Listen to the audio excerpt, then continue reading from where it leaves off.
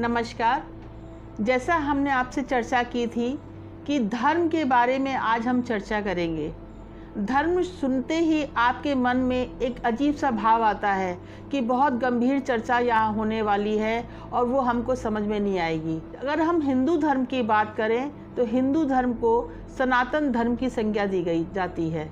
सनातन धर्म का मतलब ये है कि जिसके शुरुआत का कोई पता नहीं है। अन्य धर्मों के बारे में हम पढ़ते हैं कि इस धर्म की नींव इस ईस्वी में, इस सन में पड़ी या इसके द्वारा डाली गई, लेकिन हिंदू धर्म के बारे में कोई ये नहीं कह सकता इस धर्म की नींव कब, कैसे और कहाँ पड़ी, क्योंकि धर्म हमारे जीवन की शैली है।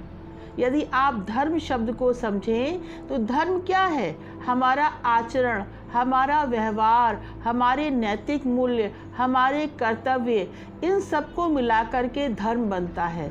धर्म एक उपासना की शैली भी होती है कि हम किस तरह से अपने इष्ट की आराधना करते हैं। ये तो बहुत बात की बात है। सबसे पहले हमें ये सीखना है कि हम अपने जीवन को कैसा बनाते हैं। इसमें कहीं भी ये मतलब नहीं है इसका कि हम घंटों पूजा पाठ में बैठे रहें। लोग कहते हैं कि जो हमारा कर्म है वही हमारा धर्म है। कर्म योगी यानी कि जो कर्म को ही अपना जीवन का लक्ष्य समझता है वही व्यक्ति धार्मिक कहलाता है। हिंदू धर्म में तो कहा जाता है अयम निजहा परो वेति गणना लघु चेत साम उदार चरितानाम तु वसुधैव कुटुंबकम।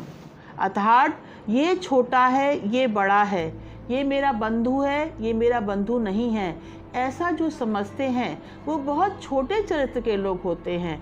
असली धार्मिक व्यक्ति तो वह है जो उदार है और जो समस्त पृथ्वी को अपना परिवार समझता है।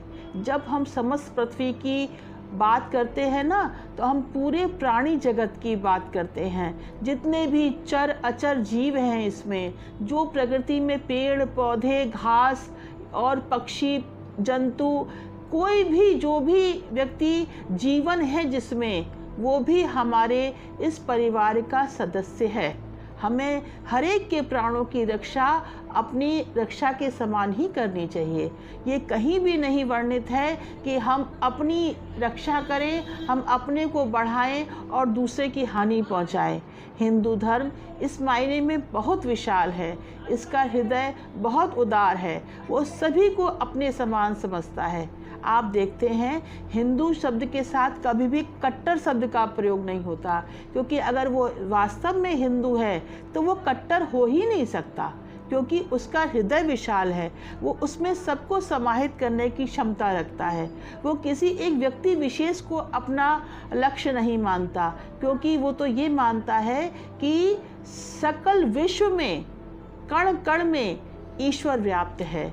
हरि व्यापत सर्वत्र समाना प्रेम से प्रकट होई में जाना, यानी कि इस पृथ्वी के कण कण में ईश्वरीय सत्ता विद्यमान है और इसमें जिसको हम मान लें, जहाँ हमारा विश्वास स्थिर हो जाए, वही ईश्वर है।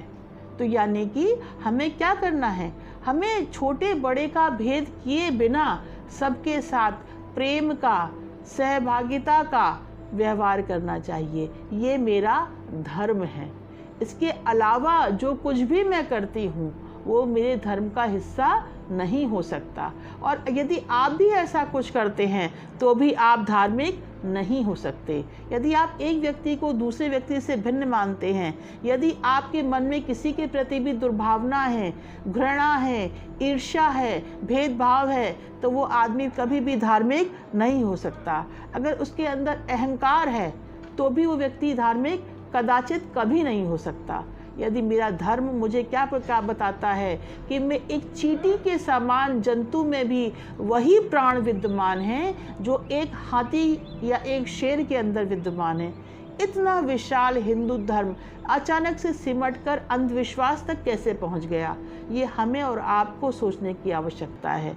हमारे हिंदू धर्म में कई बार पुनर्जागरण हुए, जहां लोगों ने पाखंड से लोगों को ध्यान हटाया कि आप ईश्वर को प्राप्त करने के लिए सिर्फ और सिर्फ अपनी अंदर जो शिव तत्व मौजूद है, शिवोहम शिवोहम शिवोहम, उसकी पहचान करिए। जब किसी का ज्ञान हुआ तो उसने जंगल में जाके क्या पाया?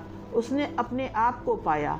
हमें ईश्वर को खोजना नहीं है, क्योंकि खोए हुए तो हम खुद हैं और जगह जगह हम ईश्वर को तलाशते हैं। ईश्वर किसी मूर्ति में, किसी वृक्ष में, किसी नदी में कहीं भी नहीं है और सर्वत्र है। सर्वप्रथम वो हमारे अंदर है। जो एक एक सांस हमारी आ जा रही है वो ईश्वरीय कृपा ही है। ईश्वर कहता है आप अपना कर्म करिए और अपने मनोबल को हमेशा ऊंचा रखिए। यदि आप इसमें विश्वास रखते हैं तो आपको किसी भी मध्यस्थ की आवश्यकता नहीं है। आपने कभी नहीं सुना होगा कि कभी किसी पुजारी को ईश्वर की प्राप्ति हुई। हमेशा भक्त को ही ईश्वर मिलते हैं, क्योंकि जो प्रेम भक्त अपने आराध्य से कर सकता है वो कोई भी व्यक्ति किसी से नहीं कर सकता। सबसे दुनिया में सब कुछ संभव है यदि आप अपने आप पे भरोसा रख सकते हैं। ईश्वर को प्राप्त करना उतना ही आसान है जितना अपने आप को प्राप्त करना। इस संसार में अगर आप कहें कि हवा कहाँ है, हवा समस्त व्याप्त है। हम ईश्वर में ही हैं, हम ईश्वर के अंदर ही व्याप्त हैं और ईश्वर हमारे अंदर व्याप्त है। समझ की बात है। जिस दिन हम ये बात समझ जाएंगे उसी दिन हमें उस परम बोध का एहसास हो जाएगा। महात्मा बुद्ध ने भी यही कहा, अपदीपो भवा, यानी आप अपने दीपक स्वयं बने। जिन लोगों ने मूर्ति प्रथा का विरोध किया, विडंबना देखिए, आज लोग उन्हीं की मूर्ति बनाकर उनकी पूजा करने लगे। यानी कि हम धर्म को तो मानते हैं पर धर्म की नहीं मानते। इस सिलसिले में हम फिर आगे चर्चा करेंगे। तब तक के लिए नमस्कार।